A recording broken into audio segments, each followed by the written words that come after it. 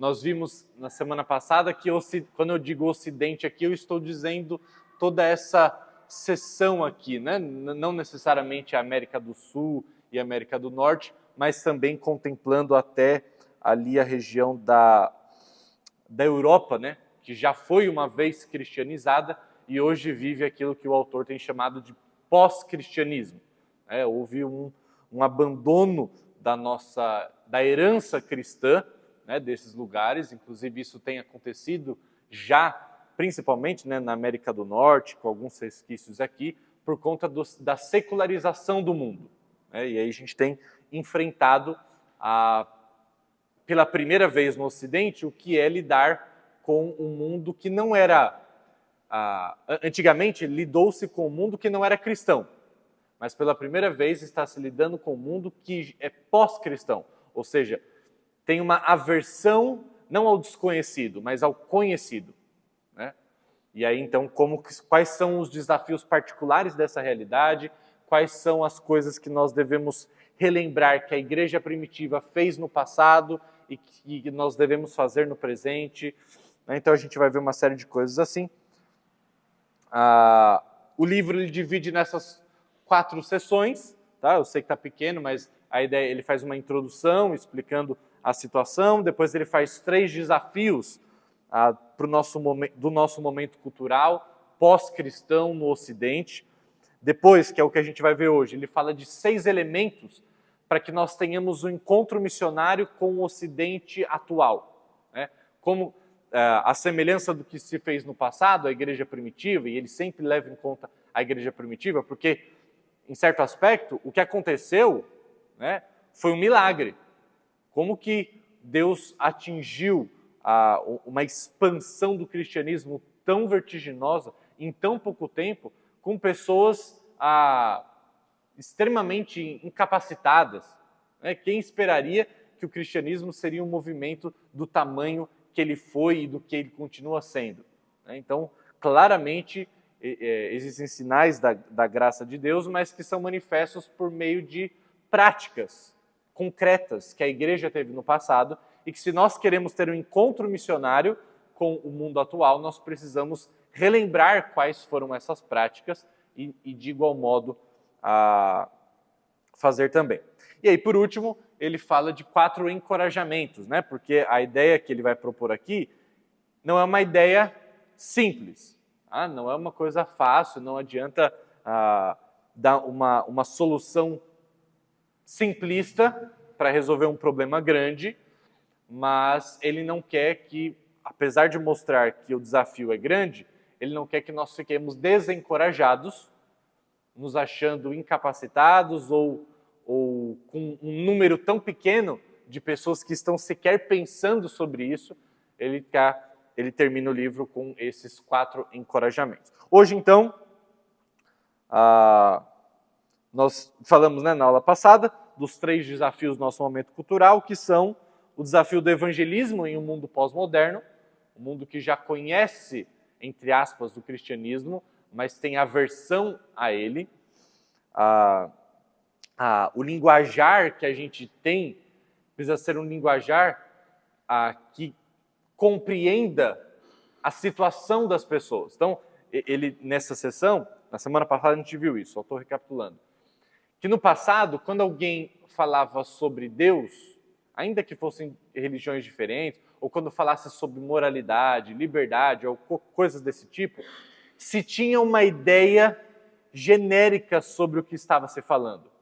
Quando falava sobre a vida eterna, né, sobre alguma esfera sobrenatural a qual a gente precisava nos submeter, todo mundo tinha uma ideia. Né? Todo mundo tinha uma ideia de que o mundo não era só a imanência, existia uma transcendência, existia algo além. Tá? Então era basilar para todo mundo, ainda que você desse nomes diferentes para o que significava isso. Hoje, pela primeira vez, há uma rejeição de qualquer coisa que seja sobrenatural. Tudo que existe é apenas aquilo que é imanente, é aquilo que está aqui, é tudo aquilo que eu consigo tocar, ver, o mundo é material apenas. Então, uma série de categorias que foram usadas no passado para a evangelização, nós não temos hoje. E o grande problema é quando nós ignoramos esse fato e evangelizamos da mesma forma, fazemos apologética da mesma forma como fizeram no passado. A nossa linguagem, porque, lembra, o evangelho ele é uma notícia, mas uma notícia ela é comunicada em palavras. Eu preciso entender quais são as palavras que o meu ouvinte está compreendendo, está absorvendo, será cativado por elas. Se eu usar uma abordagem evangelística, por exemplo, que contempla pessoas do passado, uma cosmovisão do passado, eu estou me fazendo estranho, eu estou me fazendo não ser compreendido as pessoas da nossa época. Então ele está convidando a gente a pensar que existe um desafio nosso próprio, que é as pessoas já não têm as mesmas bases que tiveram no passado. Então eu preciso me adequar quais são as realidades, qual é a cosmovisão das pessoas no mundo secular pós-cristão no Ocidente. Essas coisas a gente precisa se perguntar, né? E é claro que isso de uma maneira mais genérica, porque cada indivíduo eu preciso me fazer a mesma pergunta. Não basta eu fazer uma leitura exegética da nossa cultura ocidental pós-cristã. Tudo isso é importante, é o que ele está defendendo aqui. Mas, para além disso, eu preciso fazer uma análise individualizada. Essa semana mesmo eu conversava com uma irmã que está tendo um desafio apologético, né, e de evangelização de uma amiga católica. E eu lembro de ter conversado com várias pessoas sobre esse mesmo tema, né, de alvos católicos. E a coisa que eu sempre falo é, ao invés de você decorar na internet ali uma lista de coisas ou estudar o catolicismo para você saber como você vai refutar, etc., você tem que saber o que a pessoa acredita. Né? Da mesma forma como se alguém quiser evangelizar, né? Evangelizar não é a melhor palavra, né? Converter um cristão à sua religião, não basta ele falar, o cristão acredita sempre nisso, naquilo. Você sabe que existem cristãos de várias categorias. Tem gente que roda, tem gente que cai, tem gente que fala, tem gente que... né? Então tem muita coisa diferente. Então não dá para você colocar todo mundo no mesmo pacote. Da mesma maneira, no nosso desafio apologético, evangelístico, a gente precisa ter consciência desse desafio. De uma maneira geral, as pessoas seguem um padrão por fazer parte de uma cultura pós-cristã, mas assim, cada pessoa tem a sua individualidade. Cada pessoa parte de um ponto diferente. E eu preciso estudar isso. Estudar no sentido relacional. Conhecer a pessoa, fazer perguntas, me envolver com ela e descobrir que existirá uma apologética e uma evangelização precisa para a realidade da pessoa. E não um pacote que você decorou e você vai aplicar para todo mundo. Okay? Então esse é um desafio nosso. Segundo desafio é formar discípulos numa era e uma cultura digital. Ou seja, a influência que a gente tem, por exemplo, vindo uma vez por semana na igreja, né, participando de um culto, né, de uma escola bíblica dominical, no máximo aí você gasta 3 horas, se a sua semana se limita a isso, a formação de um discípulo cristão, nesse aspecto, se limitaria a pouco tempo. E o grosso do tempo a gente passa sendo formado por redes sociais, por uma mídia intencional em formar nossos amores, como vimos no livro passado. Então, esse é um desafio próprio da nossa época, né? Que enfrenta a influência muito grande das mídias sociais, de toda a mídia, etc. Então, esse é um desafio próprio da nossa época, que tem soluções próprias também para a nossa época. E um terceiro e último desafio é da polarização política em uma cultura fragmentada. Então, nós já falamos bastante isso na semana passada, do perigo da igreja se enquadrar em uma dessas fragmentações culturais ou dessas polarizações políticas e, enquanto isso, enfraquecer a sua influência, enfraquecer a sua comunicação do evangelho por ser categorizada em um viés político, ideológico, partidário, e aí você fere a proclamação do evangelho, você fere o alcance do evangelho, porque você identificou o cristianismo com uma ideologia, e o cristianismo nunca pode caber em uma ideologia. Okay? Então, esses são os desafios, tudo isso nós já vimos de maneira pormenorizada na semana passada, e hoje nós entramos, de fato, nesses 6 elementos que descrevem, que compõem o que seria, então, um verdadeiro encontro missionário com a nossa cultura do Ocidente pós-cristão secularizado. Tá? O primeiro elemento desse encontro missionário que nós queremos ter é o que o autor chama de uma teoria crítica cristã. Tá? Até um pouquinho, deixa eu dar pausa aí, deixa eu falar uma coisa antes. Então, ele vai definir aqui, acho que eu preciso fazer isso, o que não é um encontro missionário, tá? Para ficar claro, antes de a gente entrar nesse ponto, e o que é um encontro missionário. Ele diz que não é um encontro missionário. Um afastamento da cultura em comunidades com pouca conexão com o restante da sociedade. Parece óbvio, mas precisa ser dito. O encontro significa relacionamento, não é um afastamento. Um encontro missionário, então vamos nos reunir juntos aqui e a semelhança daquela história que eu já contei acho que algumas vezes, né? Do Ricardo Agreste, quando ele conta, ele é um pastor, que ele conta que uma vez ele foi chamado numa igreja para falar no final de semana sobre evangelização de não cristãos. E aí, ele estava na casa do pastor, e ao invés de eles fazerem alguma coisa prática, etc., ele conta que ele estava na casa do pastor, e a hora que o pastor estava saindo do condomínio dele, o pessoal do condomínio, né, era num sábado de manhã, falou assim, você está com visita aí na sua casa? Tá? Um pessoal muito receptivo, falou, estou aqui com ele, pastor, tá? A gente vai ter uma programação lá na igreja hoje. Ele falou assim, olha, os homens vão ter um churrasco aqui, de manhã, aqui no condomínio, e a gente quer que vocês estejam com a gente aqui, vem para cá, vai estar piscina, tudo, não sei o quê. Ele falou, então, não vai dar, a gente tem que ir para a igreja, programação, tal, não sei. Tá bom, mas né, na hora que vocês voltarem, se tiver tempo, vem para cá, tal. Aí, beleza, passaram amanhã, acho que parte da tarde, acho que amanhã, na igreja, aí voltaram para o almoço, para a casa do pastor. Aí eles almoçaram tudo, e aí o pessoal encontrou eles também, ali na área social do condomínio, e falou assim, que bom que vocês já voltaram, porque o negócio está tão bom aqui que a gente resolveu esticar, dá tempo ainda, vem para cá, não sei o quê. Aí, então, que não vai dar, que a gente vai voltar para a igreja, que a gente vai continuar o treinamento, não sei o quê. Poxa vida, mas... Aí, à noite, mesma coisa. Ele falou, não, mas é porque agora a gente tem que dormir, porque amanhã cedo a gente volta a ter o curso lá na igreja sobre, né, evangelização. E o Ricardo Agreste conta que ele ficou muito incomodado com isso.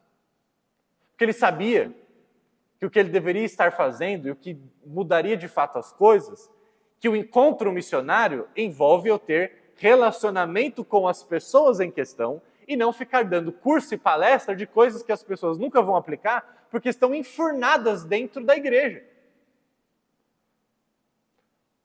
É daí que eu tiro a minha chatice de não fazer uma igreja repleta de eventos durante a semana. Várias pessoas, principalmente de uma cultura pentecostal, aparecem aí na igreja e falam assim, é só no domingo que vocês têm coisa? Não, a gente tem pequeno grupo durante a semana, que já é um desafio muito grande fazer as pessoas participarem, mas mais nada. Não tem culto de doutrina, não tem culto de oração, não tem isso, não tem aquilo. Como assim? O que é esse questionamento, além, né, de ser uma tradição de uma cultura nossa, né, do evangelicalismo brasileiro, encher as pessoas, e por conta de um dualismo, né, de que a gente vive lá fora, o mundo secular, e aqui a gente vive o mundo sagrado, enquanto mais a gente estiver no mundo sagrado, melhor, que é uma visão equivocada, espero que os irmãos já tenham compreendido a essa altura isso, mas o grande problema que isso gera é que continua retroalimentando essa nossa cultura cristã ocidental de viver em guetos e não ter mais relacionamento com não cristãos, porque a gente não tem tempo. Todo o tempo que a gente tem, a gente está enfurnado na igreja, a gente está enfurnado com outros cristãos. E é por isso que a gente tem tanta dificuldade nos pequenos grupos de estabelecer um alvo evangelístico, porque no final das contas a gente vive numa bolha tão grande que a gente mal conhece alguém, em muitos casos, que não seja um cristão.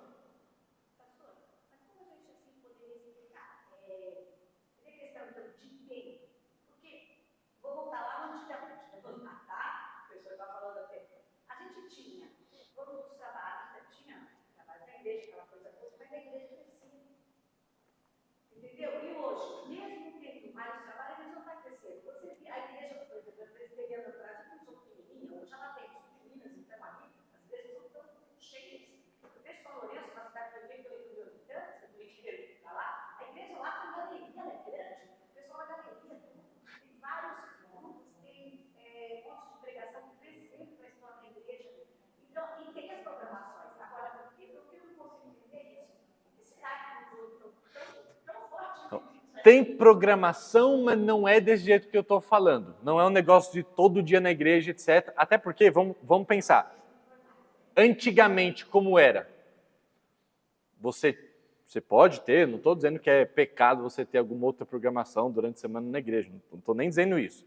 Numa cultura antiga, ou como existem lugares ainda no Brasil hoje, que parecem um pouco mais com o que já foi antigamente, Guarulhos, São Paulo, por exemplo, pessoas que muitas vezes voltam até relativamente cedo do trabalho, têm horários mais padronizados, vivem num contexto em que as pessoas vão na casa umas das outras, que conhecem os vizinhos, que a porta é aberta. Essa é a cultura que a gente vive em Guarulhos, São Paulo. Você não encontra nem as pessoas da sua própria casa.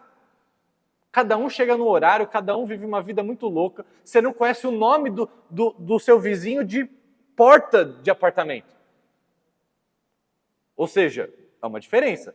Antigamente se tinha relacionamento, hoje nós não temos. Então a gente precisa pensar no desafio da nossa cultura, do nosso tempo agora. Quais são os desafios?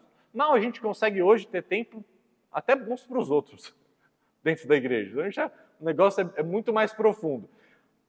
Agora, tem uma estatística, tá? de uns pesquisadores norte-americanos sobre crescimento de igreja, dizendo por que, estatisticamente falando, as igrejas que são plantadas e que acabam de nascer crescem muito mais rápido em número de conversões do que igrejas mais velhas. Sabe quais são, ou pelo menos a maior razão disso? Porque quando uma igreja nasce, né, de conversões, quando alguém se converte, a sua rede de contatos, os seus amigos, são não cristãos. Porque ele não era um não cristão, né? Então ele tinha que ter amigo não cristão. Então ele tinha uma rede de contatos de não cristãos. Somado a isso, a pessoa está apaixonada pelo evangelho ainda, ela está vivendo o primeiro amor dela. Aí você junta a fome com a vontade de comer. A pessoa está apaixonada pelo evangelho, vivendo o primeiro amor, e todas as pessoas quase ao seu redor são não cristãs. O que acontece aqui? Evangelização massiva. Agora, em grande medida, tá? Não estou falando que é todo mundo. A gente vive, às vezes, um cristianismo morno, sem graça, sem relembrar do poder do evangelho, sem lembrar do poder de transformação que o evangelho pode trazer. A gente vive a falta do primeiro amor. E, basicamente, todos os nossos contatos são com cristãos. Ainda que, talvez, fisicamente, a gente esteja rodeado de não cristãos, no trabalho, na faculdade, geograficamente, onde a gente mora, né, no vizinho da frente, a gente se coloca várias barreiras, porque a gente não tem tempo. Na verdade, a gente não tem interesse. Essa é a verdade. A gente já é muito sensível aos nossos ouvidos, a gente vê alguém falando palavrão, a gente já fica escandalizado, a gente não quer estar perto, a gente sente o cheiro de cigarro, a gente fala, a gente sente que está num lugar que tem não cristãos, parece que não é um ambiente nem sequer que a gente deveria estar. Somado a isso, tem sido ensinado em muitas igrejas o ensinamento não bíblico de que crente não deve ter amigo descrente, que a amizade do mundo é inimiga de Deus, quando o texto não está dizendo o que tem sido interpretado. Então você junta todos esses fatores e a gente tem esse problema de um não encontro missionário. Então parece muito óbvio que para ter um encontro missionário a gente não pode se juntar em guetos, em bolhas, mas a gente deve ter relacionamento, mas é um óbvio que precisa ser dito. Sem isso, nós não podemos ter um encontro missionário. Sem relacionamento, nós não podemos ter um encontro missionário. Ok? Continuando. Também não é um esforço para garantir poder político, a fim de impor padrões e crenças cristãs a uma população não disposta. Então, isso aqui é importante. Algumas pessoas poderiam, já que não estão tendo um relacionamento para que haja um encontro missionário, talvez pensem que uma imposição, se aumentar o poder da igreja, ou a influência política da igreja, então aí nós teríamos um encontro muito esquisito missionário. Aumentando o nosso poder político enquanto igreja, aumentando a nossa capacidade de falar alto e ser ouvido politicamente falando. Esse tipo de coisa não é um encontro missionário. Não é o que Jesus ensinou aos seus discípulos. O Jesus nunca falou, gente, para que a gente tenha uma influência cultural, para que a gente ganhe espaço no mundo antigo, né, do primeiro século, vocês precisam ocupar os grandes cargos. Vocês precisam fazer parte da política. Vocês precisam alcançar os imperadores. Não, Jesus chamou gente iletrada. Jesus chamou gente sem poder, sem moeda cultural, de influência. Jesus chamou esse tipo de gente. E não falou que eles tinham que ocupar, não. Eles deveriam proclamar o evangelho. Invariavelmente, o evangelho alcançou essas classes. Mas não foi isso que fez do cristianismo um movimento tão forte. Não foi.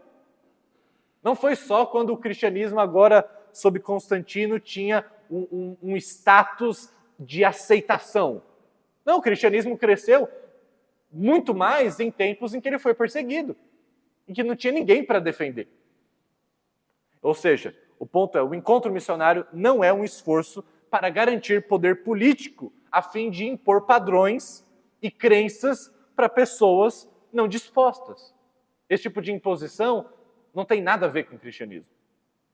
O cristianismo, lembra, o que Jesus veio trazer é um mundo invertido, que não se ganha através do poder, que se ganha perdendo. Como Jesus fez. Então a gente se submete, a gente trata com humildade, a gente evangeliza, mas não quer ganhar poder, não quer ganhar impondo coisas. Ok? Também não é um esforço para se tornar tão relevante que a igreja se adapte completamente e se assimile à cultura, que é um outro extremo. Então, de um lado, a gente não tem relacionamento. Do outro lado, a gente quer ser tão, entre aspas, relevante que a gente se adapta tanto que a gente se torna, na verdade, irrelevante. Porque se você é diferente demais, e aqui deixa eu explicar o que é diferente demais. Não é diferente demais em relação à pureza, santidade, devoção, não é isso. Diferente demais é quando você coloca uma roupagem desnecessariamente chocante ou escandalosa que faz as pessoas se afastarem de você pela roupagem, e aqui eu não estou falando necessariamente de roupa, mas também pode ser, e não pelo conteúdo da sua mensagem. Então é se tornar desnecessariamente estranho, em que as pessoas não estão rejeitando o evangelho, elas estão rejeitando você, porque você é estranho. Então esse é um problema. Mas se tornar parecido demais, para tentar alcançar e ser relevante, te torna irrelevante, porque você se tornou igual, a pessoa não vê nenhuma diferença em você. Entendeu? Então a gente precisa saber falar uma linguagem acessível, de a pessoa perceber que, uau, você é um ser humano como eu, você tem falhas como eu, você tem lazer, você joga bola como eu, você corta o cabelo como eu, você se depila como eu. Você usa roupa normal, de gente comum, mas ao mesmo tempo sua vida é absolutamente diferente da minha. É isso que a gente precisa. Okay? Jesus foi um ser humano comum. Jesus usou as roupas que as pessoas usavam. Jesus falou numa linguagem que as pessoas falavam. Jesus foi um ser humano da época, comum. Mas, ao mesmo tempo, absolutamente diferente. Percebe? Então, o encontro missionário precisa ter esses elementos que nos diferenciam quanto à essência daquilo que acreditamos, sobre pureza, sobre santidade, sobre devoção a Deus, sobre amor ao próximo. Isso precisa nos diferenciar. Mas a gente precisa conectar. A gente precisa falar numa linguagem, a gente precisa ter uma postura acessível às pessoas, que não vão fazer nem que a gente se isole e nem que a gente se adapte tanto que perca o nosso diferencial. Em vez de tudo isso, que não é um encontro missionário, ele diz que o encontro missionário, ele conecta. Diferente de uma estratégia de retirada, vamos nos retirar do mundo porque nós não somos do mundo, a gente precisa se conectar com aqueles que nós queremos alcançar. Em primeiro lugar, o encontro missionário conecta. O encontro missionário confronta. Tá? Diferente das estratégias de assimilação, o encontro missionário, ele confronta. Lembra que a gente estudou no Igreja Centrada, no livro? Que ele usa uma metáfora de a nossa influência cultural precisa ser como um dinamite que destrói rochas. Como é que você faz para destruir uma rocha que está no caminho de uma estrada, por exemplo? Você não pode colocar a dinamite em cima da rocha, porque ela vai explodir e vai quebrar só um pouquinho de cima. Você teria que usar várias. O que as pessoas fazem? Eles furam a rocha até o centro. E lá eles colocam a dinamite. E aí a explosão é de dentro para fora. A ilustração que ele está querendo usar é o seguinte. Se eu entrar na cultura, se eu me introduzir na cultura, se eu me envolver com a cultura, mas eu não explodir lá dentro, se eu não desafiar a cultura, a rocha continua no meio do caminho. Mas se eu explodir, que é a ideia de desafiar, fora da rocha, a rocha continua no mesmo lugar. Então eu preciso entrar, eu preciso me inserir, eu preciso estar em contato para que então eu desafie. Tirar qualquer uma desses elementos te faz irrelevante. Entrar na cultura para falar, eu sou igual a vocês, e nunca desafiar, o escândalo da cruz nunca aparecer, você está sendo irrelevante. E ficar explodindo fora da rocha, ficar na sua bolha cristã falando mal das pessoas, o mundo está perdido mesmo, o mundo está perdido mesmo, lá no passado que era bom. Você está explodindo fora, você está não fazendo diferença nenhuma também. Então lembre dessa ilustração, o encontro missionário precisa se envolver, mas precisa desafiar, precisa confrontar. E, portanto, realmente converte pessoas, né? Diferente das outras estratégias de dominação política ou de afastamento, o encontro missionário, ele de fato tem por motivação que as pessoas se convertam. E ao criticar todas as outras estratégias em um nível fundamental, uma igreja envolvida com o encontro missionário mantém a sua distinção, enquanto mantém a sua participação, o seu envolvimento. Então, uma igreja que tem um encontro missionário afirma frequentemente e serve os seus vizinhos, mas também chama as pessoas ao arrependimento, chama as pessoas à mudança. Então, o encontro missionário precisa ter esses elementos. Tá? Esses elementos não, porque elementos é o que eu vou começar a falar agora. Ele precisa ter esse cenário que vai promover um ambiente para que esses elementos aconteçam, ok? Porque se a gente estiver falando sobre cada um desses 6 elementos que o autor propõe aqui, mas a gente estiver vivendo numa bolha cristã, a gente não vai aplicar isso. Não vai dar. Se a gente não estiver sendo um diferencial, se a gente não estiver desafiando, também não vai dar. Se a gente estiver em procura apenas de uma influência dominadora, política, através de uma bancada evangélica, a gente também não vai conseguir. Então eu estou dando o cenário primeiro para que esses elementos eles possam acontecer de fato. Então agora sim, vamos para o primeiro elemento, que ele chama de teoria crítica cristã. Então, nesse ponto, o que ele vai dizer? Ele vai falar que antes de a gente poder explicar o evangelho a uma cultura, a gente precisa analisar a cultura à luz do evangelho. A A gente precisa entender essa cultura.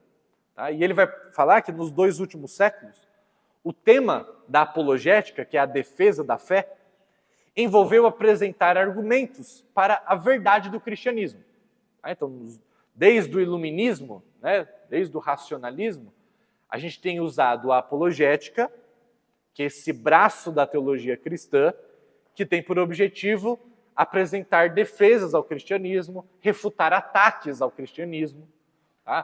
Promover ataques também a visões, a cosmovisões não cristãs. Então, tudo isso a apologética que faz. E nesses 2 últimos séculos, a apologética tem tido essa abordagem necessária, tá bom? De defender coisas como, por exemplo, a historicidade da ressurreição. Então, muito já foi estudado, trabalhado, escrito sobre isso, mostrando que a ressurreição, de fato, há várias evidências que nos apontam na direção de que a ressurreição é um fato histórico. Tá? Porque já foi colocado em xeque muitas vezes na história. Tá? Então, a apologética certamente, sabiamente, defende isso. No Novo Testamento, né, em 1 Coríntios 15, Paulo faz exatamente a mesma coisa. Ele defende essa historicidade da ressurreição. Mas os primeiros apologistas cristãos, remontando lá nos primeiros séculos, por exemplo, como Justino Mártir, que talvez você já tenha ouvido falar, ou Agostinho, já lá no século IV, eles fizeram mais do que isso. Mais do que simplesmente usar a apologética para defender a historicidade da ressurreição, ou para provar que Deus existia. Eles não apenas tentaram mostrar que a prática e a crença cristãs eram tão racionais quanto a cultura pagã dominante. Porque, em certo aspecto, é isso que a apologética tenta fazer. A apologética numa cultura racional vai querer dizer, olha, vocês são racionais, mas também nós somos. Então, deixa eu te mostrar os nossos argumentos racionais. E eu não estou falando que existe um problema com isso. Na verdade, eu sou um total adepto de a gente mostrar que o cristianismo é racional também. É mais do que isso, mas não menos do que isso. Okay? Mas eles, esses primeiros apologetas cristãos da patrística, né, dos primeiros séculos, os pais da igreja, eles desenvolveram uma crítica radical à cultura dominante, mostrando que a própria cultura que eles estavam atacando não correspondia aos seus próprios padrões. Ou seja, eles fizeram uma análise da cultura, eles estudaram a cultura dominante e não ficaram só se defendendo, né, mostrando, Deus existe sim, a ressurreição aconteceu sim, mas eles estudaram a cultura local da sua época, eles entenderam como funcionava e eles então desafiavam essa cultura pelos seus próprios padrões culturais. Não os seus deles, mas da própria cultura. Então eles entendiam bem como que era o funcionamento daquela cultura. E eles pegavam elementos ricos, caros daquela cultura, e eles combatiam essa cultura com os seus próprios pressupostos. É aquilo que Francis Schaeffer, né, um apologeta agora recente, né, foi falar que é aquilo que ele chama de tirar o telhado de alguém. É você desconstruir aquilo que dá segurança, aquilo que dá proteção a uma cultura, tirando de dentro para fora o seu próprio telhado, né, mostrando as suas inconsistências. E, meus irmãos, nós podemos fazer isso com qualquer cultura, com qualquer ideologia, com qualquer pensamento, porque qualquer pensamento que contradiga o cristianismo, ele tem falhas inerentes. O cristianismo não tem falha na sua essência, porque Deus é a verdade. Mas qualquer coisa que não seja verdade, por mais que a pessoa saiba mentir muito bem e esconder muito bem, haverá inconsistências naquilo. E nós precisamos aprender, como os apologetas do passado fizeram, essa teoria crítica cristã, essa análise cultural que contempla fazer uma crítica a partir dos próprios pressupostos daquela cultura. Então, eles desenvolveram uma crítica radical à cultura dominante, mostrando que a própria cultura em que eles estavam atacando não correspondia aos seus próprios padrões, que tinha inconsistências, que tinha falhas, que tinha graves problemas por acreditarem no que acreditavam. Por exemplo, após o saque de Roma em 410, os romanos pagãos foram rápidos em culpar quem pela destruição de Roma? Os cristãos. Então, os cristãos foram condenados por isso. E em sua interpretação dos romanos, os deuses romanos deixaram a sua cidade cair como punição pelos cristãos adorarem esse novo Deus. Então, essa foi a notícia que veiculava ali no mundo daquela época. Essa afirmação levou, por exemplo, Agostinho, no século IV, a escrever o livro famoso chamado A Cidade de Deus. Foi isso que motivou Agostinho a escrever esse livro. E é nesse livro que ele desenvolve isso que a gente chama aqui de uma teoria cristã, tá? Uma teoria crítica cristã, em que ele usou o Evangelho para criticar as bases da cultura pagã como inconsistente com as suas próprias aspirações. Então é isso que ele faz no livro. E além disso, ele argumentou que o próprio paganismo, e não o cristianismo, foi o responsável pela destruição de Roma. Então ele fez uma apologética que vai muito além de dizer Deus existe sim, a ressurreição existiu sim, mas ele desconstrói o próprio sistema de pensamento, a própria cosmovisão da cultura idólatra. Então, hoje, uma teoria crítica cristã poderia começar proveitosamente questionando as alegações da nossa cultura, que são outras alegações, certo? Agostinho lidou com um período histórico, com dificuldades específicas do seu tempo.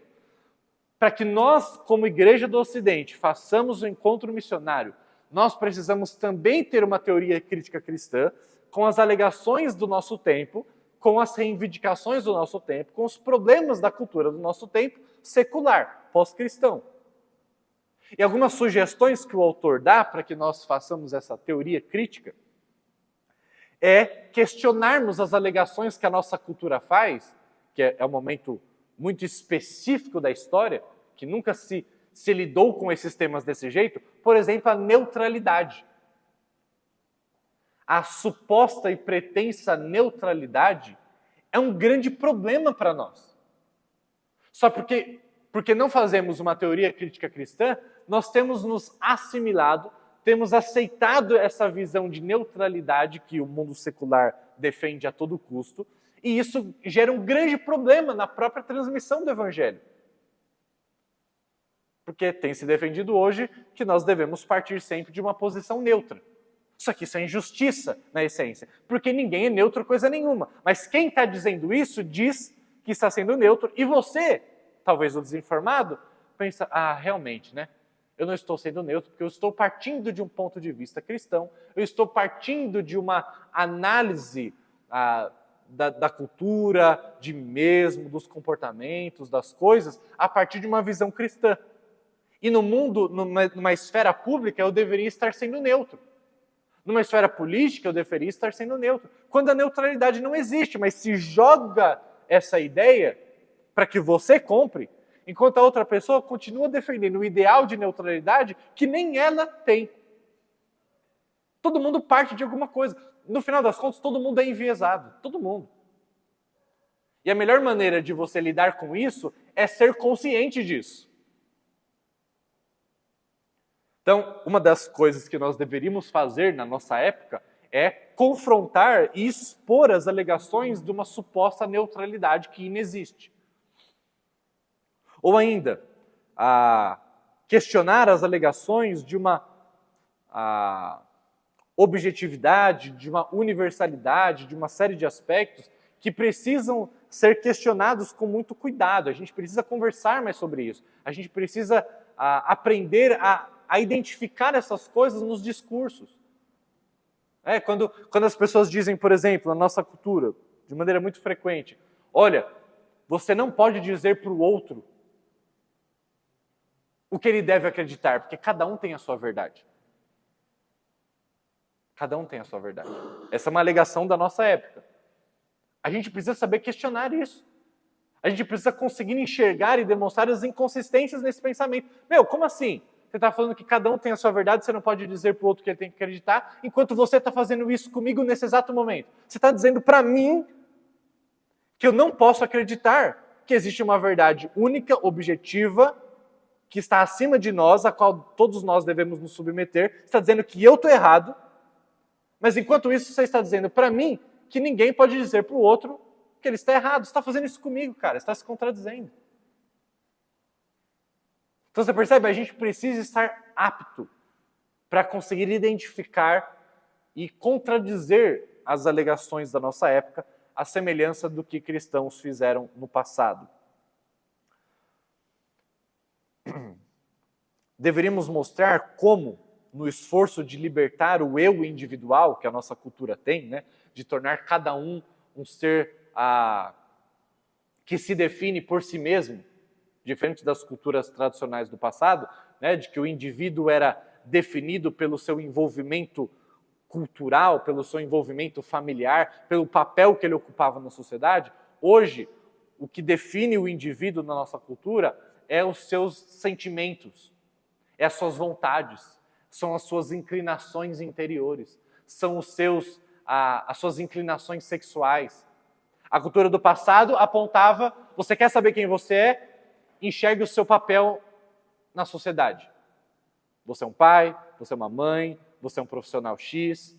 Isso era a maneira como a cultura tradicional te identificava como indivíduo. Hoje, você quer saber quem você é? Não olhe para fora, não olhe para os seus pais, não olhe para o seu trabalho, para os papéis que você ocupa na sociedade. Olhe para o seu coração, olhe para os seus desejos. E a gente precisa entender isso para fazer uma crítica cristã, para quando a pessoa estiver conversando com a gente identifique essas coisas. E saiba aplicar o evangelho à luz dessa realidade. Mas a gente não vai conseguir fazer isso enquanto a gente não confrontar um ideal individualizado de identidade. De que a nossa identidade ela é formada olhando para dentro. O cristianismo tem uma visão extremamente diferente disso. Enquanto nós não entendermos, enquanto nós não fizermos uma teoria crítica cristã, a gente não vai conseguir comunicar bem. A cultura nos levou, em nossa condição atual, a acreditar que todos os valores são relativos. Precisamos fazer uma crítica apologética sobre isso. Não, os valores não são relativos. Todos os relacionamentos são transacionais. A gente fala de relacionamento no sentido de custo-benefício. A gente precisa confrontar apologeticamente isso. Não só ficar defendendo a existência de Deus, não só ficar defendendo as evidências da ressurreição. A gente precisa estar preparado para responder essas questões modernas, atuais. Que os valores não são relativos, que os relacionamentos não são transacionais, que as identidades não podem e não precisam ser frágeis, sendo dependentes dos seus próprios sentimentos interiores.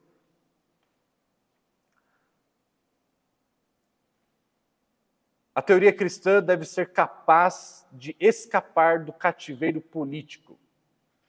E ela pode fazer isso usando, por exemplo, a doutrina bíblica de Deus e o Evangelho para criticar as formas da modernidade secular que reduzem a vida humana às escolhas puramente individuais, ou que reduzem ao produto de forças históricas, materiais, sociais. E nós precisamos aprender a confrontar isso. O autor vai dizer também que a teoria crítica cristã deve, em primeiro lugar, para que esse objetivo seja alcançado, expor as principais falhas nas narrativas de nossa cultura. Então, em primeiro lugar, se nós queremos fazer isso aqui... esqueci de dar o zoom aqui, né? Está meio pequeno para vocês.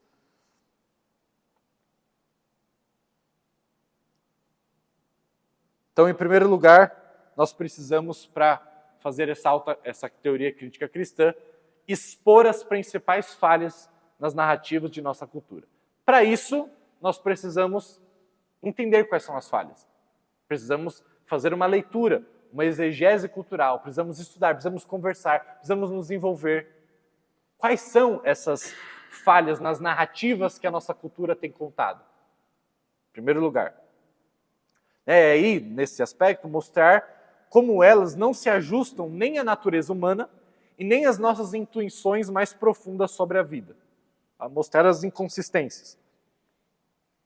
É claro, o autor vai dizer que esse trabalho, e eu quero levar os irmãos a entenderem isso, que de uma maneira mais especializada, ele vai ser feito por quem? Pela academia. Né? Por cristãos na academia, por estudiosos e pensadores que vão mostrar, até mesmo não cristãos, que vão mostrar as falhas fatais da modernidade, ou da modernidade tardia, ou de alguns que chamam de pós-modernidade. Então, esses estudiosos, geralmente, eles vão estar na linha de frente desse trabalho aqui. Mas o que ele está propondo, ele não está escrevendo esse livro só para os estudiosos. Ele está falando, todos nós, em alguma medida, precisamos estar aptos. E parte do que eu estou fazendo aqui é justamente trazendo esses conceitos e mostrando, gente, a gente precisa estar preparado para isso. Para fazer uma análise cultural. Me entendam bem a frase que eu vou dizer agora, que pode ser perigosa. Não basta saber só de Bíblia. Ok? Saber de Bíblia é fundamental. Não existe solução sem conhecimento bíblico.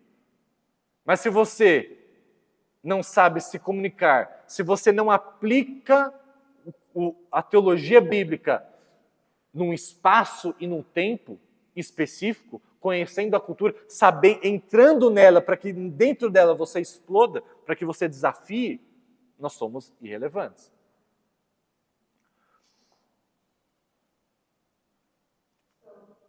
Pode falar, Eva.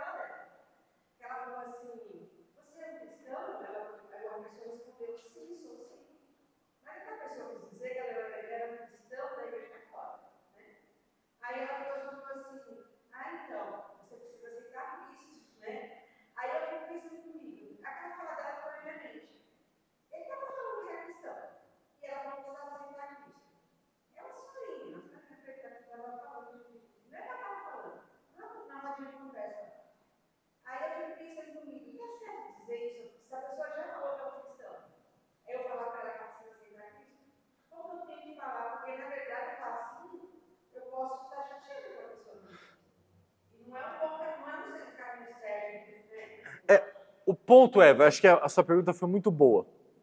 Por quê? O ponto não é de você chatear. Lembra? O evangelho é uma mensagem essencialmente confrontativa.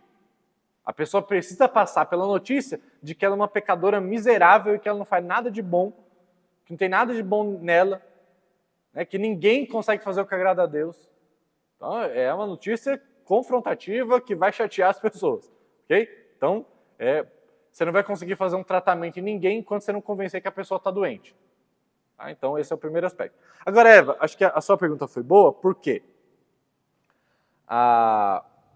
Porque é um grande exemplo de como a gente não está preocupado em ter uma abordagem cautelosa que comunica primeiro ouvindo as pessoas. A gente vive numa cultura do evangelicalismo, embora essa crítica não seja muito específica para nós, espero que não, de fazer um evangelismo dizendo Jesus te ama. Ou, como na versão que a irmã trouxe, você precisa aceitar Cristo. Que raios a pessoa entende do que significa esse tal de aceitar a Cristo? Como a pessoa que te ouve falando Jesus te ama, entende isso? Como é que ela está assimilando essa informação? Na sua cabeça, você sabe o que você está querendo dizer. Mas na cabeça da pessoa, fala assim, eu também me amo. Eu me acho uma pessoa maravilhosa, é claro que ele me ama. Se é que ele existe. Qual é o impacto que isso faz? Esse é o meu ponto. Acho que é uma boa pergunta, porque ela nos lembra que a gente está querendo ser preguiçoso demais e a gente não quer fazer uma análise nem cultural e nem individual das pessoas. A gente não quer entender o que as pessoas acreditam, o que as pessoas têm na cabeça quando ela escutar de você precisa aceitar a Cristo, que é uma verdade, o que ela vai entender. Agora, se é uma pessoa, independente do que ela se chame, católico, qualquer coisa, se a pessoa não recebeu a Cristo, como fonte única dos seus méritos e justiças para com Deus, a gente tem que falar, né? Só que a gente tem que falar tendo uma consciência de que a pessoa está entendendo o que a gente está falando. Porque não deve ser pressuposto isso. Então a gente precisa conhecer. Por isso que evangelismo, gente, e é outra coisa que eu sou chato, se dá por meio de amizade, relacionamento. Porque relacionamento você ouve, você se preocupa, você ganha confiança. Mas a gente quer fazer o caminho fácil. A gente quer entregar um folhetinho com meia página, nem uma página, não, um negocinho, um folhetinho com um texto ali. Geralmente, a maioria dos folhetos evangelísticos que eu vi, pessimamente feitos, com textos fora de contexto, faltando infinitamente um monte de coisa, é claro, né, porque é um negócio desse tamanho, que não é aplicado para a realidade da pessoa. Claro, Deus já falou até com mula, através de mula, de pedra. Então, tipo, Deus faz o que Ele quer fazer a hora que Ele quer. Mas Ele nos chamou para relacionamento. Ele nos chamou para amizade. Ele nos chamou para escutar. Ele nos chamou para aplicar o Evangelho de uma maneira específica à realidade de cada pessoa. Já estudamos sobre isso no passado. O Evangelho é rico demais. Por isso que a Bíblia não tem uma formulazinha, tipo, o Evangelho é, quando você for explicar o Evangelho, é isso, isso, isso, desse jeito quadradinho. Não tem isso na Bíblia. O Evangelho foi exposto na Bíblia de diferentes formas. Ainda que a sua essência tenha permanecido a mesma, ele é tão rico que ele pode ser aplicado a circunstâncias das mais diversas, de uma maneira muito peculiar. Eu posso evangelizar alguém que está com um problema no casamento de um jeito muito específico, voltado para o que a pessoa está vivendo. Eu posso fazer um evangelismo de alguém que está duvidando sobre o sentido da vida de uma maneira muito específica, alguém que está num leito hospitalar de uma maneira muito específica. Mas para isso a gente precisa aprender a ouvir. A gente precisa primeiro aprender a fazer uma crítica da própria cosmovisão da pessoa, tirar o telhado da pessoa, para que depois a gente sugira um novo telhado, que é a própria ideia do Evangelho. Então, Eva, eu respondi sua pergunta ou eu acabei...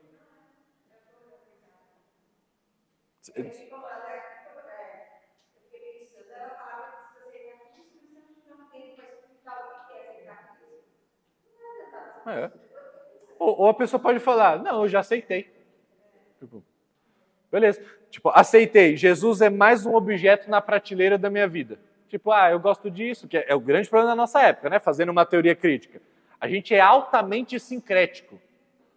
Eu já perdi a conta de quantas conversas eu tive com vocês, de tentando evangelizar alguém ou conversar com alguém. E o grande problema, hoje, em alguns contextos, não é que as pessoas querem ser racionalistas e querem discutir evidências, é que as pessoas, na verdade, não querem.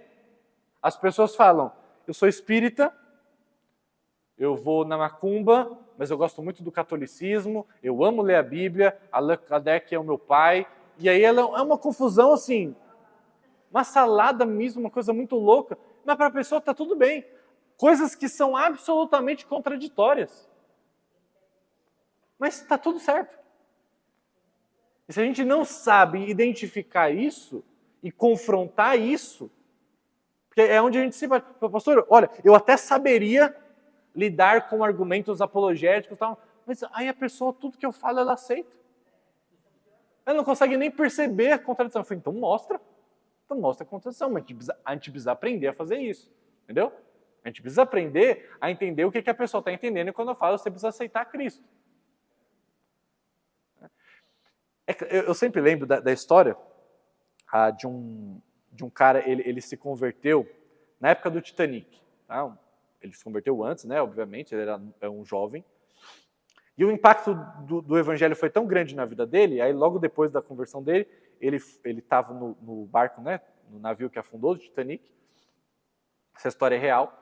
E enquanto o navio estava afundando, ele tinha essa paixão tão grande evangelística, que ele se agarrou, né, a alguma coisa lá, enquanto ele já estava ali na água, e ele ia gritando para as pessoas ali, você é um pecador, você precisa aceitar a Cristo. Alguma coisa assim, tipo, né, alguma fórmula do evangelho muito pequenininha assim, que era muito própria para o ambiente que ele estava. Ele falou, ô fulano, vem cá, chega junto aqui, vamos tomar um café, o que você pensa sobre a vida? Me conta um pouquinho da sua história. Não dava tempo. E como é que a gente sabe, né? Porque a pergunta, quando eu conto uma história dessa, você fala assim, como é que você sabe que isso aconteceu? Porque o cara morreu. Esse cara morreu lá. Porque uma das pessoas que ouviu esse cara falando dessa fórmula simples ali, se converteu. Ela sobreviveu, essa pessoa que ouviu, foi procurar mais, aquilo que impactou tanto, um cara se afogando, se preocupando com outras pessoas conhecerem a Jesus. Ela se converteu. Ok? Deus usa isso. Mas, o dia que você estiver se afogando também, numa situação parecida, eu vou falar, ok. Use fórmulas simplistas, rápidas do Evangelho. Até lá, faça o trabalho bem feito. Escute, converse, pergunte, chame para conversar. Pergunte da história da pessoa. No momento que você tiver realmente, for a única oportunidade, se tiver 10 segundos, use uma fórmula de 10 segundos do Evangelho. Tá bom. Não quero te impedir disso. Mas, do contrário, que é o grosso da nossa vida, se preocupe. Faça uma análise cuidadosa. Tá? Ok, então, em segundo lugar, para fazer essa teoria crítica, eu preciso expor as falhas da narrativa da nossa cultura, para isso eu preciso estudar a nossa cultura, e segundo, apontar para a beleza e a verdade do Evangelho como uma contranarrativa que satisfaz. Ou seja, existe uma cultura de autossatisfação. É parte de um elemento caro para a cultura pós-moderna. Então eu preciso entender isso, mostrar as falhas de uma cultura de autossatisfação, mostrar como uma cultura em que todo mundo busca a todo custo a sua própria felicidade faz com que ninguém consiga ser feliz. Porque vai viver numa cultura de dominação, de opressão, porque para eu ser feliz eu tenho que usar os outros. Então eu oprimo. A gente sabe que a Bíblia fala que é mais bem-aventurado dar do que receber. Então, ou seja, alguém que está buscando sua própria felicidade, procurando-a, nunca vai encontrar. Porque a felicidade é um subproduto de outra coisa. De você buscar outra coisa que não a felicidade. Então você faz uma crítica interna. Mas depois, você precisa necessariamente apontar para a beleza do cristianismo. Você precisa apontar para, ok, você está vendo como isso, essa autossatisfação que você está procurando, você nunca vai alcançar? Você sempre vai morrer frustrado? Só que, ao mesmo tempo que eu estou confrontando, eu falo, cara, mas Deus nos fez com essa necessidade de busca pela alegria. Está no nosso DNA. Não existe um ser humano sequer que em toda a história não tenha procurado alegria. Mas deixa eu te falar uma coisa. Deus é um Deus que se preocupa com a nossa alegria. Ele nos fez assim, mas a alegria é um grande imã que nos atrai para Ele mesmo, que é a fonte da alegria. Então, ou seja, o que você está fazendo? Você está falando, olha, você está indo pelo caminho errado. Sua busca pela alegria vai sempre ser frustrada, porque ela é egoísta, porque ela é imanente, porque ela é opressora. Mas, ao mesmo tempo, eu vou pegar aquele desejo mais profundo no coração da pessoa e eu vou satisfazer com o Evangelho. Entendeu? Eu não vou falar, seu pensamento está errado, então vive uma vida miserável. Não, eu vou falar, cara, mas você pode ter essa alegria que você está buscando, só que ela não vai ser encontrada desse jeito. Então você mostra a beleza e a verdade do Evangelho de uma forma convincente, mas também de uma forma esteticamente bela, que é uma coisa que eu já falei várias vezes, que é uma coisa que o Tim Keller enfatiza em quase todo lugar que ele vai, ele fala sobre isso. A gente precisa aprender a expor o Evangelho, ainda que as pessoas não acreditem, que elas saem da sua exposição dizendo, eu não acreditei em nada do que ele falou, mas como eu gostaria que fosse verdade. A gente precisa alcançar a imaginação das pessoas com a verdade do Evangelho. O Evangelho é tão rico, o Evangelho é tão belo, o Evangelho é tão cativante, que a gente precisa aprender a falar do Evangelho, ainda que as pessoas não creiam, mas que saiam falando, eu não creio, mas eu gostaria que fosse verdade. É muito bonito. Eu gostaria que o mundo fosse de fato assim.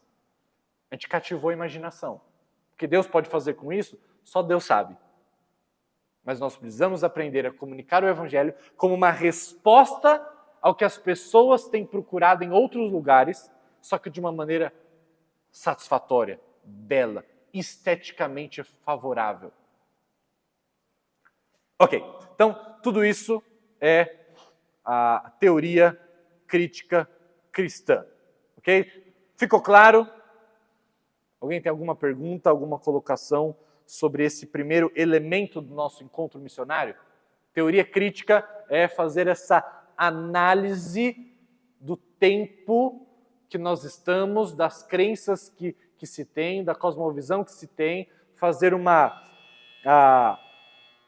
exegese que expõe as falhas, uma apologética que compreende as inconsistências e que mostra a beleza do cristianismo, que mostra que o cristianismo não foi responsável pela destruição de Roma, que muito pelo contrário, que foi o paganismo que foi responsável por isso, e que mostra que aquilo que o cristianismo tem a oferecer é algo muito melhor, muito mais belo, muito mais satisfatório. Claro, esse é o primeiro elemento do encontro missionário. Precisamos aprender a fazer uma boa leitura do nosso tempo, uma boa exegese do nosso tempo e dar uma boa resposta para o nosso tempo. Primeiro elemento. Segundo elemento, que eu vou apenas pincelar aqui, né? Porque nosso tempo está acabando. Então, uma dinâmica evangelística verdadeiramente pós-cristandade. Tá? As igrejas ocidentais têm muitos métodos e programas evangelísticos, mas todos eles, ou a maioria deles, presumem, esses métodos presumem que, em primeiro lugar, ainda há não cristãos na sociedade que procurariam uma igreja, ou pelo menos estariam abertos para um convite. Não é verdade isso, pelo menos em grande parte. As pessoas não estão tão abertas assim a um convite, ou embora nós deveríamos fazer, nós deveríamos convidar, já falei bastante sobre isso, deveríamos convidar as pessoas para estarem no ambiente de culto. Tá? É uma ferramenta poderosíssima que Deus nos deu. A Bíblia contempla, pressupõe a presença de não cristãos sendo convidados para o culto. Já falei isso lá em 1 Coríntios 14. Mas pressupor que a gente vive numa época em que as pessoas estão só esperando para ser convidadas para estar na igreja, não é verdade. A igreja, para a maioria das pessoas, é um ambiente hostil. A gente precisa fazer essa leitura. Na cabeça das pessoas hoje, no Ocidente, estar na igreja é um ambiente que você vai ser julgado, que você vai ser condenado, que as pessoas vão olhar torto para você, porque você não tem o estereótipo do cristão. É isso que as pessoas se sentem altamente incomodadas em estarem aqui. Somado a isso, elas entram no nosso espaço, que ela já sente que ela não deveria estar ali. Ela entra no nosso espaço e a gente fala uma língua totalmente diferente. A gente canta coisas quase que ininteligíveis.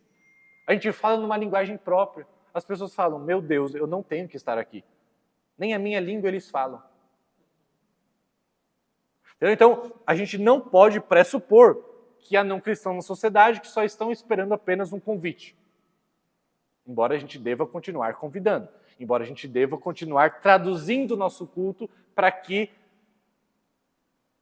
cative as pessoas. A gente precisa continuar fazendo isso. Mas não podemos pressupor porque vivemos num cristianismo pós-cristandade, em que as pessoas não só desconhecem o que acontece na igreja, elas têm aversão ao que acontece na igreja. Segundo lugar, esses métodos de evangelismo, de programas evangelísticos da igreja ocidental, geralmente possuem conceito básico de Deus, conceito básicos de verdade, pecado e vida pós-morte, que as pessoas já não têm mais. Quando você fala Deus, é uma palavra tão genérica que cada um pode estar pensando no que quer. Pecado, da mesma forma. Vida pós-morte, então, são conceitos que precisam ser retrabalhados. Outrora, há muito tempo atrás, talvez esses conceitos precisassem inicialmente serem trabalhados, explicados, muito tempo atrás. Depois virão conceitos meio que estabelecidos, ainda que com respostas diferentes. Hoje nós precisamos retrabalhar esses conceitos se queremos alcançar, de fato, as pessoas com clareza. E esses métodos atuais pensam que mesmo que esses não cristãos não acreditem no cristianismo, eles ainda acham que a religião é algo positivo para muitas pessoas, que também é uma coisa que a gente deve perceber. Hoje a gente tem vivido uma época que já passou da ideia de que eu não tenho uma religião, mas acho muito bonito, acho necessário. Ainda tem, eu sei que você vai lembrar da sua tia que fala, eu não tenho uma religião, mas eu acho que é muito bonito o que vocês fazem. Ainda tem, claro, né? Estou tentando fazer uma análise mais geral de um movimento secularista, que é a ideia de que a religião é um mal, que deve ser expurgado.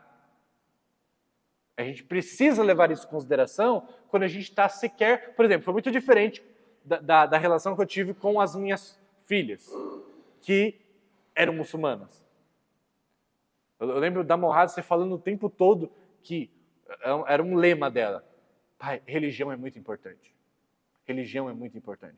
Ela falava isso o tempo todo. Religião é muito importante. O que eu só precisei fazer? Mostrar a verdadeira religião. Em que, em alguns aspectos, nem pode ser chamado de religião. Mas essa é outra história. Agora, eu não posso achar que a maior parte, ou predominantemente, eu vou encontrar pessoas na cultura nossa, que, lembra, a Mohadas não é ocidental, ela é oriental. Ela vem do Afeganistão.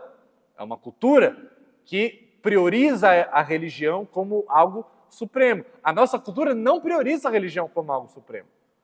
Então, em primeiro lugar, eu preciso lembrar disso, porque eu não vou conversar com as pessoas demonstrando que só o cristianismo é a religião verdadeira. A pessoa está perguntando, mas quem precisa de religião? A pessoa ouviu na história, ouviu nas aulas de história na faculdade, que a religião foi terrível na história, que a religião causou guerra, que a religião causou atraso na ciência, que a religião causou uma série de problemas históricos, e que se você não conseguir ouvir e saber lidar com isso, você vai estar falando, vem para o cristianismo, que é a religião verdadeira. Eu falo, meu Deus, eu nem estou falando sobre verdade, eu estou falando sobre a religião deve ser um mal a ser expurgado. Percebe? A gente precisa ter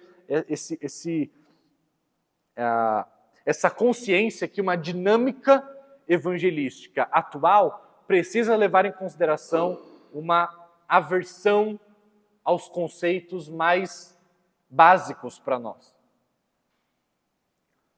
Por 1000 anos, o modelo básico de ministério da Igreja Ocidental foi baseado na realidade de que as pessoas estariam vindo preparadas e positivas em relação à Igreja, em algumas épocas, né? Não em todas, e que poderiam simplesmente pregar sermões bíblicos sólidos para elas e elas então seriam impactadas por isso.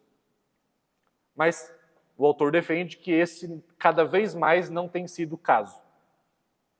Se é verdade que cada vez mais pessoas parecem carecer de qualquer fundamento religioso, em primeiro lugar.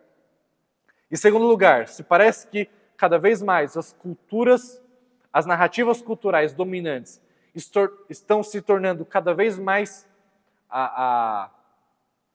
que a fé cristã está se tornando cada vez mais ofensiva a essas culturas dominantes, então devemos encontrar maneiras novas e atraentes de compartilhar o Evangelho com essa nova geração. E aí a proposta dele nesse tópico é: devemos descobrir uma versão moderna da dinâmica evangelista da primeira igreja, da igreja primitiva, lá do primeiro século, que cresceu por meio de conversões num ambiente igualmente hostil. Aqui um paralelo. Eu falo, hoje a gente está vivendo um ambiente hostil para o cristianismo. Há um tempo atrás, o ambiente para o cristianismo era favorável. Mas já houve um tempo mais atrás ainda, no primeiro século, em alguns momentos da história da igreja, e até em algumas geografias atuais, de que o cristianismo foi hostil. e que ainda assim houve um grande crescimento. Então podemos aprender e devemos aprender com o que a igreja fez naquela época. E o que ele vai propor aqui é justamente isso. Ele vai propor que dentro dessa dinâmica evangelística no mundo pós-cristão, nós devemos olhar para 4 coisas que a igreja do passado fez, que propiciou esse encontro missionário, favorecendo então uma dinâmica evangelística num ambiente hostil. Okay? Então é isso que ele vai propor e ele vai defender esses 4 pontos aqui, que é de atenção, atração, demonstração e convicção. Tá? Mas esses pontos eu vou falar na semana que vem. Irmãos, alguma pergunta, alguma colocação?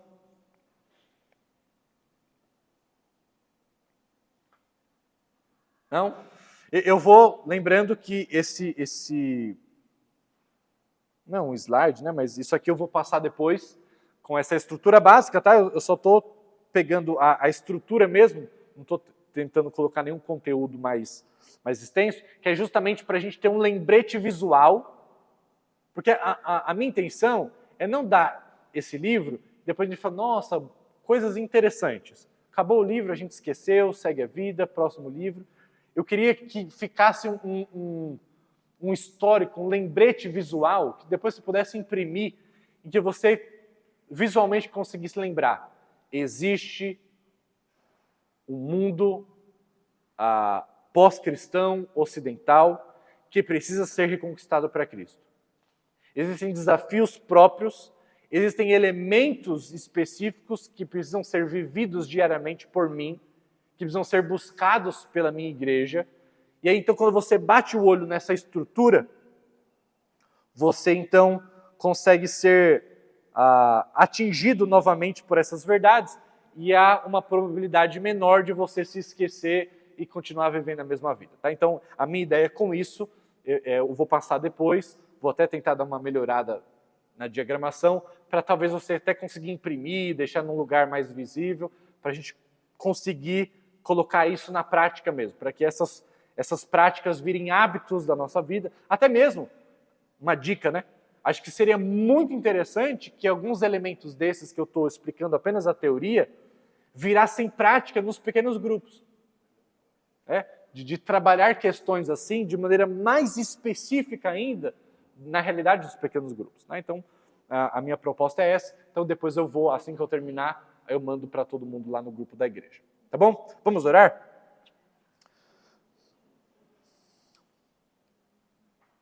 Ó Senhor Deus, nós reconhecemos que o desafio que temos é grande, mas não é maior do que já foi. Cada época teve os seus próprios desafios.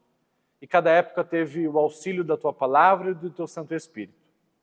Por isso, encoraja-nos e leva-nos a uma vida cristã fiel, leal ao Senhor, responsável, apaixonada pelo Evangelho, que de fato procura ter um encontro missionário, que busca relacionamento com as pessoas, que aprende a ouvir as pessoas, que aprende a se comunicar e apresentar o Evangelho de uma maneira poderosa, atraente, ainda que desafiadora. Ajuda-nos a analisar as visões concorrentes de mundo, demonstrar as falhas e demonstrar a superioridade da visão cristã. Ajuda-nos a ter uma dinâmica evangelística que é consciente dos nossos dilemas específicos, dos nossos desafios específicos. Continue nos abençoando no estudo desse livro, mas, sobretudo, ajuda-nos a colocar essas coisas em prática. Assim oramos em nome de Jesus. Amém.